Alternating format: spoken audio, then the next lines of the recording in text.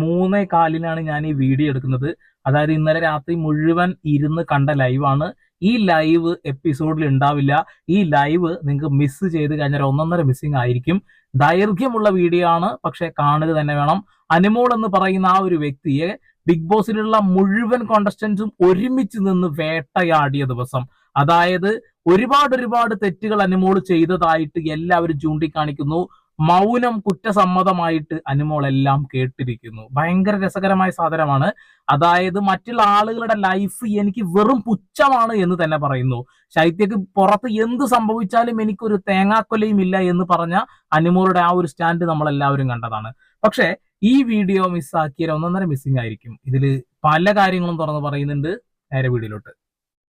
അനീഷിന്റെ അടുത്ത് എന്താ കാണിച്ചത്? അനീഷിന്റെ കൈയും കലാശവും കാണിച്ച് ഈ ചായാന്ന് വിളിച്ച് ഇങ്ങനെ